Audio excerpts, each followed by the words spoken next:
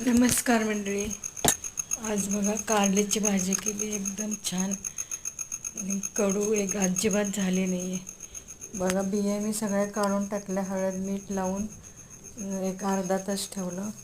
आणखी मग शिजवून घेतलं. थोडंसं 70-80% शिजवायचं, जास्त नाही शिजवायचं.